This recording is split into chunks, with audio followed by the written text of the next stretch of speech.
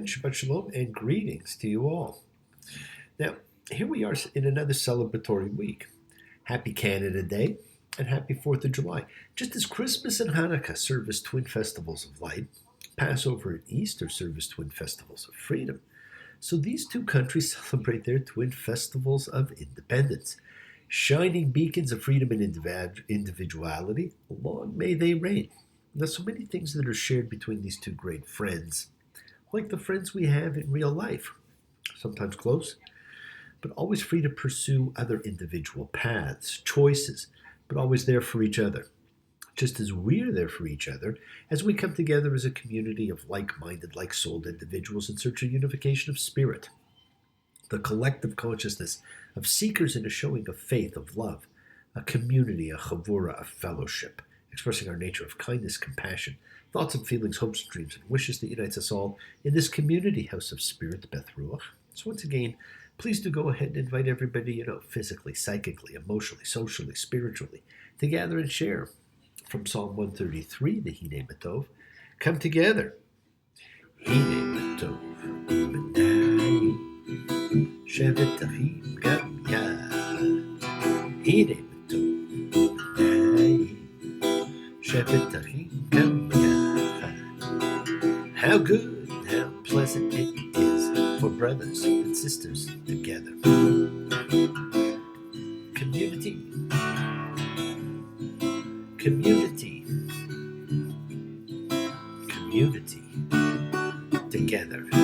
Because we are together, my friends, as a community, and let's spread love, goodwill, and fellowship to the world. Remember, this is your sending out some of that goodwill that we all generate. We all generate it all the time. Let's just send it out to the universe where it knows what to do with it.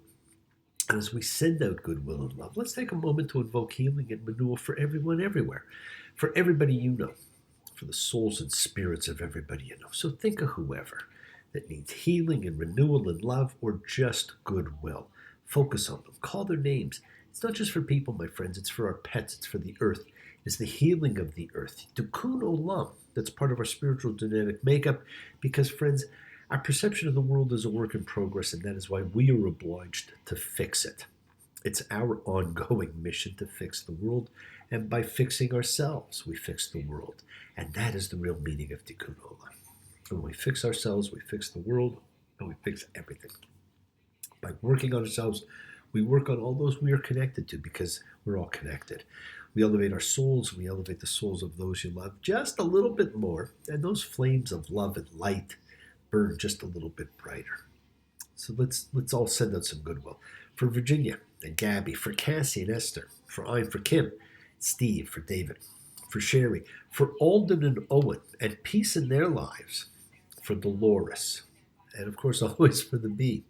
And of course renewal for all of you, because you need renewal too, my friends. It is the kindness, healing, wishes, goodwill, and love that we all send out. It circles the world, finding those in need.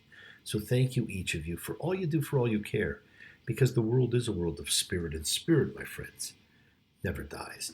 Be Shemer Avoteinu Makor HaBracha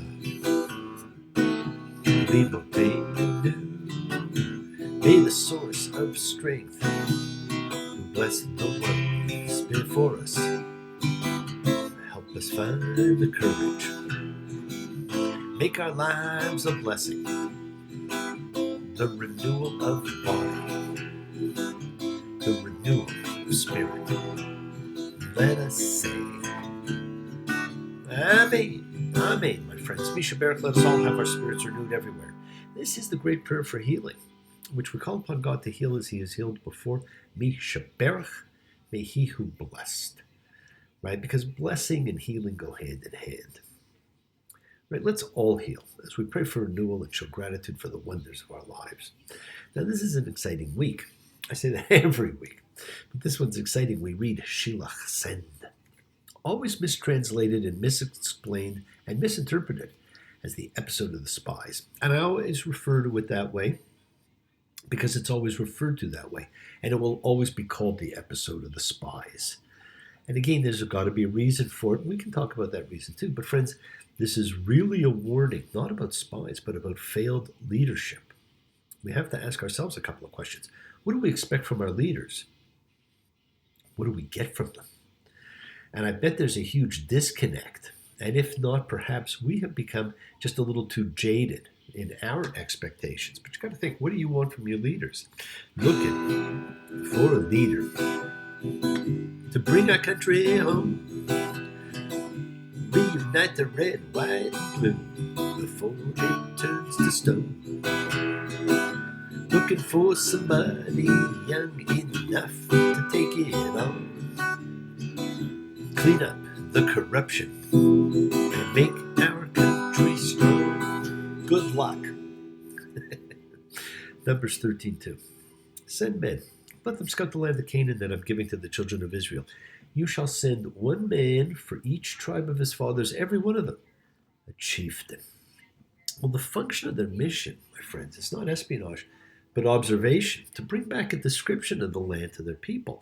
And these are not spies. These are leaders, every one of them a chieftain. That's why their negativity when they return is so devastating.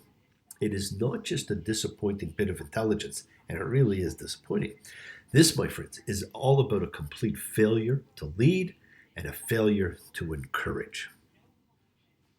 All the old fears that we have seen before just come bubbling up here. Numbers 13:22. They went up in the Negev, and they came to Hebron, and Ahiman, Sheshai, and Talmai, the offspring of the giants, were there. Okay, so we know they go to Hebron. Now, Hebron was one of the places where Abraham was, and where the graves of the patriarchs are. So this tells us that we're coming home. That this land that we were promised is our land.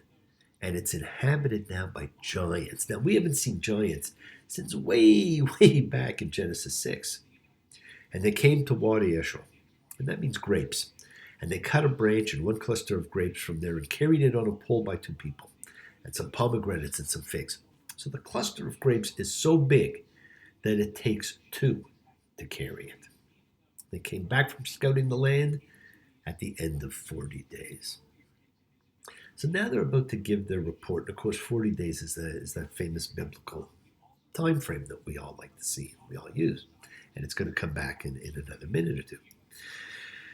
So they're going to give their report now to Moses, Numbers 13:27. And they told him, and they said, we came to the land where you sent us, and it is flowing with milk and honey. And this is its fruit. They hold up the giant batch of grapes. Nonetheless, the people who live in the land are strong, and the cities are fortified, very big. And also we saw the offspring of the giants there. So we have a land of milk and honey, just like we were promised, with an incredible abundance of food and everything else you can want. But the people have an incredible tale to tell, one that has them afraid to fight for what is theirs. And they tell this unbelievable story about giants and about a land that eats its own. It's unbelievable, strange but true. It's inconceivable. It could happen to you. You go north and you go south, just like bait in a fish's mouth. You must be living in the shadow, some kind of evil star. It's unbelievable it would get this far. It's undeniable what they'd have you think. It's indescribable. It can drive you to drink. Said it was a land of milk and honey. Now they say it's a land of money. Whoever thought they could ever make that stick? It's unbelievable. You can get this rich this quick. Every land is dignified. Every moon is sanctified. Every urge satisfied as long as you're with me. All the silver, all the gold, all the sweethearts you can hold that don't come back. The stories are told are hanging on a tree. It's unbelievable. Well, there you go. It's unbelievable. And it is. They're afraid that they will be destroyed by the inhabitants. So they tell Moses it's a land that kills its people and they can never conquer it and they should leave and Go around it and go away from it as quickly as possible. And yet this is the promised land. And Caleb quieted the people toward Moses and said, let's go up. We'll take possession of it because we'll be able to handle it. And the men who went up with him said, we won't be able to go up against the people. They're stronger than we are. Their fear rules them. We've talked about fear a lot, and here we see it really come right and stare us in the face. They make up a story of the people as giants who would eat them, and they make reference to the Genesis 6 story, the Nephilim, the giant hybrids. Friends, fear has paralyzed their movements. And they even decide to rebel against Moses, and they're standing right in front of him. Numbers 14:4. And they said, each man to his brother, let's appoint a chief and go back to Egypt. Failure of leadership. This is not about spies. This is about failure of leadership, about our leaders. It's about rebellion against Moses, rebellion against God. Why? Why, in fact, did the people not trust? Why are they still afraid and doubtful? We saw fear is just inculcated the very being of these people since way, way back. They have seen their God handle Egypt, the major power of the world. Why would they doubt that he could handle the Canaanites? They've seen him manipulate the whole of nature with the 10 plagues and the splitting of the sea. They've seen water come from a mountain crag. They have heard God's voice from the sky at Sinai just a year ago. They are eating miraculous manna every single day. They have just miraculously been provided with quail to eat. And even as they complain in this very moment, there's a miraculous column of cloud and fire right in front of them. Why are they afraid? In every case so far, from the plagues to the quail, God and Moses have acted for them. They've had to do very little. So why are they so afraid? We won't be able to go up against the people because they're stronger than we are. What was true when they left Egypt is still true. They are still slaves in their hearts, my friends. They are cowards, even the leaders, and maybe especially the leaders. These people are not ready for the life of a free people in a land of their own. And we see this every so often throughout history. And so this is going to be left for their children, who grow up not knowing the experience of having been slaves. How an entire generation's experience is not so easily reversed. In our own age, we see the impact of the lives of survivors of the Holocaust. Some become more religious. Some reject religion altogether. Some cannot speak of it. Some speak of it constantly. Some return to the sites where they suffered, and some never go back. It affects their decisions in all aspects of life, the ways of raising their children, the trust of other human beings, their work, their thoughts, their opinions, their memories. Their children actually carry tremendous loads of guilt and obligation, but they have the chance of knowing a kind of freedom that their parents cannot know. That is what's taking place here. And God decides their fate, says Numbers 14:34. For the number of days that you scouted the land, 40 days, you shall bear your crimes a day for each year, 40 years. And you shall know my frustration. In the wilderness they shall end, they shall die there. The sentence has been set. The people are 11 days from the promised land. But first, God gets rid of the chieftains, the so-called leaders. Numbers 14:37. The men who brought out the bad report of the land died in a plague in front of the Lord. So forget the 11 days. They've now got 40 years, a day a year, and they will all die. Just two, Joshua and Caleb, were spared. This, my friends, is a defining moment in the Bible.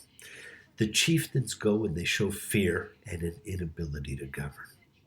God decides to wipe out the entire generation because it starts with the leadership.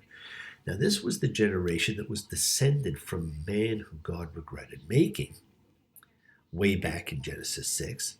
And in wiping them out, it would wipe out all the backward things of man from the beginning. We could go all the way back to the story of the tree and the snake. Maybe it was always man's ego, eating of knowledge, trying to be God-like. Or we have the story of Abraham. Opposite to what we say. We tell people, go forward, go for your goals in life, and we teach them to have goals, right? So we always say go towards something.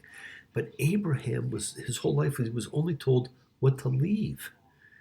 It's like this anti-political motif, and it recurs in the repeated passing of the covenant from father to younger rather than firstborn. Abraham is chosen over Lot's father, Haran, Isaac over Ishmael, Jacob over Esau, Joseph over Reuben. And the theme continues later when David, the youngest of Jesse's sons, is anointed king. and followed by Solomon, who was king in place of David's firstborn Absalom. So this whole reverse pattern of what it was supposed to be. So God's prepared, maybe God's just saying, hey, I'll just get rid of them all. So he's prepared to wipe them all out and start fresh with Moses to get it right this time. Moses says, no, you can't do that. So he simply wipes out this entire generation. Yes, my friends, the world is sacred. So is everything in it. Express your gratitude, light a candle, make a wish. Celebrate your lives and the lives of those you love. Share your feelings with them. Live free, be free, honor your freedom, be well, be happy, and be blessed. Share and honor the light, and all who live in the light continue to shine. Continue to send everybody you know goodwill and love. Pray for peace and freedom for everyone, and end to terror and hatred. Remember, friends, we are a community. We learn together, we celebrate each other, we love each other. We share this ride together, men and women equally. So let's send out love, not fear. Send out peace, harmony, goodwill, and healing to all who need it. And please do learn to forgive and learn to love, including yourself. Open your hearts. Honor the relationships of your life. And please tell those you love that you love them. Take advantage of the time you have. Enjoy the journey, my friends, because we take the twists and turns and the patterns that weave through the fabric of our lives in our effort to grow, to learn to be to love. So please do love. God bless you all. Have a great week. A week of love and light, a week of peace, a week of miracles. Examine your intentions and use them to imprint your will on the universe, because we set in motion everything that happens in our lives. Our intention, our kavana, our cause, our effect, everything is linked. Now, as I've said, you always have time to forgive and to be forgiven, and it's so important. You have the knowledge of what is good and bad. So acknowledge what you have done wrong to yourself, to God, and to any person you've wronged, and ask forgiveness. But do so with sincerity, with accountability, and with vulnerability. Forgive those who hurt you as you learn to be more forgiving and compassionate, because the secret of forgiveness, compassion, and peace is in acceptance. Can you accept yourself, other people in the world just as they are? Can you accept life just as it is without trying to control it? If you do, you can experience the peace that acceptance brings. So do not stop your journey. Keep on dreaming. Keep on being, keep sharing, keep shining. Keep teaching. Keep spreading joy and goodwill. Do not follow fear, follow love. It's always in front of you. And remember to have faith and unwavering adherence to principle. Just as I have faith in the principle of love in all of you, please, my friends, act with purity of heart and mind. Despise none, defraud none, hate none. Cherish all. Honor every child of God, every creature of the earth. May all people know peace in this year. May you nurture kindness and love everywhere. Work to be present in the body. Expand the heart, quiet the mind, because the deepest source of real power lies in consciousness and the ability to be mindful, to be aware, to be present in all of life's circumstances. So make the most of your time in life. Continue to touch and transform the lives around you, because you're never alone. You're forever blessed and have the ability to bring blessings to everybody you meet, health, love, and renewal to everybody you come across, because we're all energy, and energy cannot be destroyed. It can only be transformed. Your words, my friends, that's your power to transform, to love, to bless. So be generous, bless others, and bless yourself. Love with the heart, because we're all part of a greater whole. Embrace love, not fear. Forgiveness, not anger. Not like these spies who were embracing fear. Be there for someone, because someone is always there for you, whether you know it or not. Continue to explore faith and belief, and do not accept shame as a natural state. Whatever you feel others have felt, whatever you've experienced, others have too. We share together, my friends. We learn together, we help each other. We are each of us simply trying to find love, acceptance, support.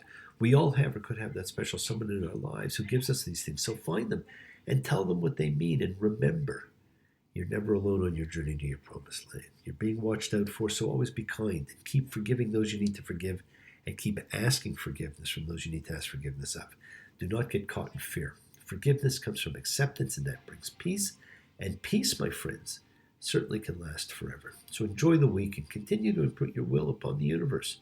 And remember, the mantle of leadership comes in many shapes, many colors, and many sizes. But we have to have certain expectations from our leaders. An only child, alone and wild, a cabinet maker's son. His hands were meant for different work, and his heart was known to none. Left his home, went his lone and solitary way. He gave to me a gift I know I never can repay. The leader of the band is tired. His eyes are growing old, but his blood runs through my instrument, and his song is in my soul. My life has been a poor attempt to imitate the man. I'm just a living legacy to the leader of the band. And what are the two men who were saved? Joshua. He's the one who's going to take the mantle from Moses, the man, the leader of the band, and he's going to take on the leadership of the people. Have a great week, my friends. Enjoy the summer. Enjoy everything, and I will see you again next week. You take care.